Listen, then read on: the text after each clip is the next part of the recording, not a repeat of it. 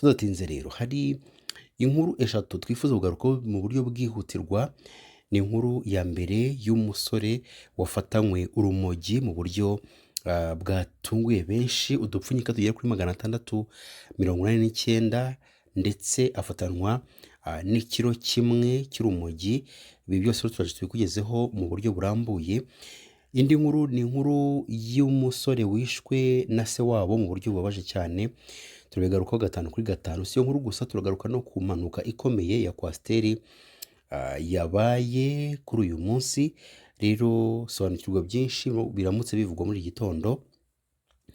Rero iyi ni Today TV Updates. Ntujye kure, dore kuri inkuru ivuga ko imodoka itwara abagenzi ya bisi yo mu bwoko bwa kwasiteri yerekezaga mu karere ka Rusizi yagonganye n'ikamyo yari yikoreye amakazi ya fanta yerekezaga i Nyamasheke. Hakomereka umushoferi w'iyo bisi ariyo kwasiteri, ariko abo yari atwaye bo nta kibazo bahuye nacyo.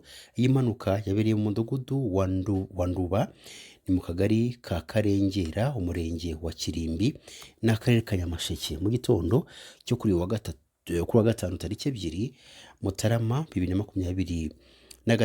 Nsengiyumva Jean Paul wabibonye yatangaje ko ikamyo yaritwawe n'umushoferi witwa Ntawiga Ignace w'imyaka 41 y'amavuko, naho kwasiteri yaritwawe n'uwitwa Udahemuka Dominique w'imyaka 39. Ati narindi muri centre y'ubucuruzi ya Kagarama, byabaye mbona kwasiteri ikasi korosi yihuta igonga igice cy'inyuma cy'ikamyo cyari cyasigaye. Umushoferi yakase icy'imbere, naho kwasiteri yahise ishwanyagurika igice cy'imbere cyose. Umushoferi arakomereka, ajyanwa kuvurirwa ku kigo nderabuzima cya Karengera. Mukarwego Marie Jose nawe wari uhari yagize ati twatabaye ku bw'amahirwe dusanga nta mugenzi wagize icyaba, abari mu ikamyo bari bazima ndetse n'abari bari muri kwasiteri nabo bari bazima, gusa umushoferi yakomeretse ajyanwa ku bitaro. Urebye uburyo impanuka yari imeze, n'amahirwe adasanzwe kuba ntawasize ubuzima cyangwa ngo abe inkomere ikomeye cyangwa se habemo inkomere nyinshi.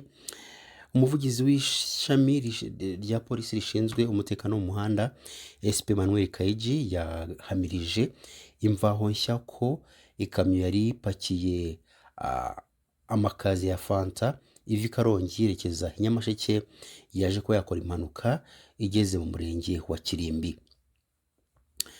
Naho ku yindi nkuru ivuga ko umusore uri mu kigero cy'imyaka 22 wo mu murenge wa Gashanda ni mu karere ka Ngoma, birakekwa ko yishwe n'inkoni za se wabo amuziza gutaburura urwina akamwibira inzoga. Ibi byabereye mu mudugudu wa Gisenyi, ni mu kagari ka Mutsindo mu murenge wa Gashanda.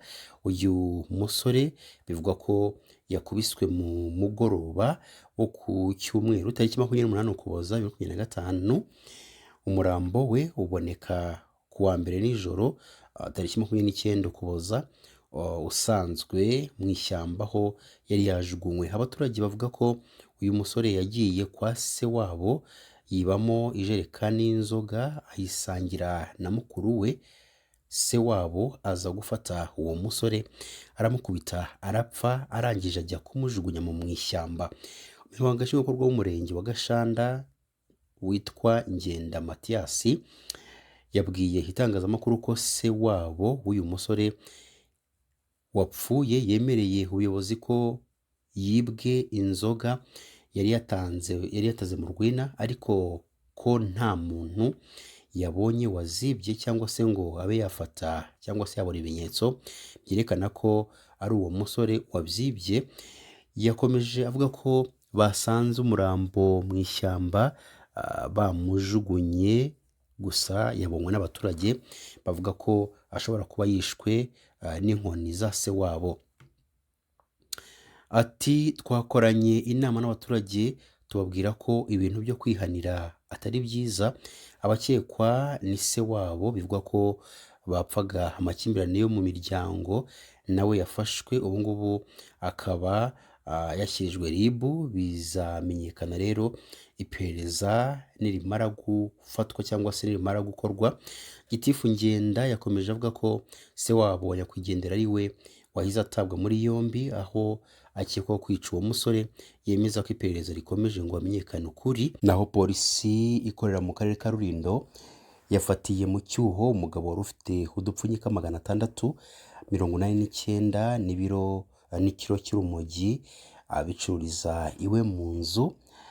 Yafashwe biturutse ku makuru yatanzwe n'abaturage mu mudugudu wa Gasekabuye, Kagari ka Rudogo, mu murenge wa Kinzuzi. Ni igikorwa cyabaye mu rukerera tariki ya 1 Mutarama 2026. Uwafashwe yavuze ko ibyo biyobyabwenge yafatanwe abicururiza iwe mu rugo. Umuvugizi wa polisi mu ntara y'Amajyaruguru IP Inyanse Ngirabakunzi yavuze ko ifatwa rye ryaturutse ku makuru yatanzwe n'abaturage cyangwa se uruhare rwatanzwe n'abaturage. Ati uruhare rw'abaturage ni ingenzi cyane mu bikorwa nk'ibi ngibi byo kurwanya ibiyobyabwenge, kuko aho biri biteza umutekano muke. Uyu rero yafashwe biturutse ku makuru abaturage batanze, kandi yemera ko abicuruza iwe mu rugo. Yes, reka tugusuhuze twifurize ibihe byiza wowe dukurikira umunsi ku wundi ku rubuga rwa Today TV Updates. Ni amakuru agezweho muri iri joro turi tariki 2 z'ukwezi kwa mbere 2025 na gatandatu, mutubabarire 2026. Niba usanzwe udukurikira ariko ukaba utarakora subscribe, kora subscribe kugira ngo amakuru utegura umunsi ku wundi, ibiganiro utegura umunsi ku wundi ujye ubibona uri uwa mbere. Tudatinze rero reka tukugezeho aya makuru yihutirwa. Turagaruka mu gihugu cy'u Burundi tubabwire ifungurwa ry'umupaka uhuza igihugu cy'u Burundi ndetse na Uvira. Ni umupaka wafunzwe mu minsi ishize ubwo umutwe wa M23 wigaruriraga igice cya Uvira. Mubizi neza ko cyari cyarabaye isibaniro ry'intambara ikomeye cyane. Rero murabizi neza ko n'igihugu cy'u Burundi cyari kiri mu isonga mu birimo kurwanira kariya gace kugira ngo ibyo bakuragayo bakomeze babikureyo. Murabizi neza ko ariho bakuraga essence ndetse n'ibindi bigiye bitandukanye. Kuri ubu ngubu rero igihugu cy'u Burundi cyamaze gufunga imipaka. Ese cyatangaje iki? Ese wari uzi ko cyatangaje ko u Rwanda n'u Burundi umupaka ubihuza ugiye gufungurwa? Byose turaje tubigarukeho 5 kuri 5 muri aya makuru y'uyu mugoroba. Si yo nkuru gusa, turagaruka none ku nkuru yihutirwa cyane irimo kugaruka ku mirwano ikaze igisirikare cya M23 ndetse n'igisirikare cya leta byari bihanganyemo uyu munsi. Hanyuma drone z'intambara kuraga ibisasu biremereye. Kuri ubu ngubu rero bikaba byahitanye abantu benshi muri Masisi. Turaje rero tubigarukeho 5 kuri 5 ku rubuga rwa Today TV Updates. Tudatinze rero reka duhereye kuri iyi nkuru ivuga ko ingabo za leta ya Repubulika ya Demokarasi ya Kongo FARDC kuri uyu wa 5 tariki 2 Mutarama 2026 zagabye ibitero bya drone mu mujyi wa Masisi byiciwemo abaturage benshi. Ku gicamunsi cyo kuri wa 5 nibwo ibyo bitero byagabwe hakoreshejwe drone z'intambara mu mujyi wa Masisi. Biriye bitero byagabwemo umaze umwaka urenga ugenzurwa n'ihuriro cyangwa se n'umutwe w'inyeshyamba wa M23. Umuvugizi w'uyu mutwe rero witwa Lawrence Kanyuka yatangaje ko imibare yibanze yerekana ko ibitero byo kuri uyu wa 5 byiciwemo abaturage baba civil bagera kuri 6, abandi benshi barakomereka. Amafoto ya Kanyuka yashyize ku rubuga rwa X yerekana byibura imirambo y'abantu 3 bishwe barimo umugore, umugabo ndetse n'umwana muto. Amashusho yashyizwe kuri urwo rubuga yerekana imwe mu nzu z'abaturage zasenywe n'ibyo bitero bya drone. Amakuru avuga ko kuri uyu wa 5 AFC/M23 yaramutse ihanganiye n'ihuriro ry'ingabo za leta ya Repubulika ya Demokarasi ya Kongo wazarendo muri Masisi, by'umwihariko mu gace ka Gasenyi gaherereye mu birometero bihererwa mu ijana uvuye mu mujyi wa Goma. naho leta y'u Burundi yatangaje ko yateze gufungura vuba umupaka wa Gatumba uhuza igihugu na Repubulika ya Demokarasi ya Kongo. Mu kwezi gushize nibwo u Burundi bwafunze uyu mupaka nyuma y'uko inyeshyamba zo mu mutwe wa M23 zari zimaze kwigarurira umujyi wa Uvira wo mu ntara Kivu y'Amajyepfo.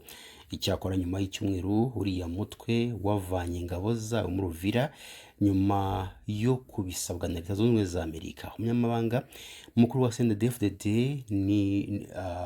riyoboye u Burundi muri iki gihe, Reverend Kuriyo, yabwiye abanyamakuru ko uriya mupaka uzafungurwa ari uko iyo Burundi n'u Rwanda imaze umwaka ifunzwe nayo yafunguwe. Yagize ati Uvira hafunzwe nk'Gasenyi, hafungwa nka Ruhwa cyangwa se nko ku Ruhwa. Ntimuze kuvuga ngo ejo nzajya Uvira gukora iki. Ndi kuri yo kandi yavuze ko M23 atariyo yari yafashe Uvira ahubwo ko yafashwe n'u Rwanda nk'uko yaje kuba yabisobanura. Aho rero yatanze urugero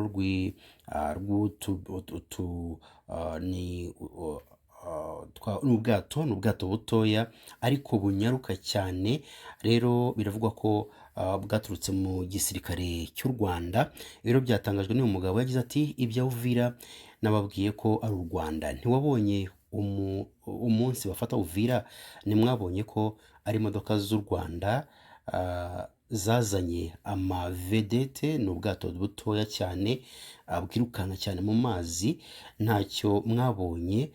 Rero ntabwo mwabonye ko ari ayo mato yazanye M23, reka sha n'u Rwanda. Uvira M23 yayifashe n'u Rwanda. Uyu mugabo kandi yavuze ko Burundi bukomeje kwibaza icyo amasezerano y'amahoro ya Washington yaba amaze. Ati n'ubu turakibaza amasezerano avuga iki.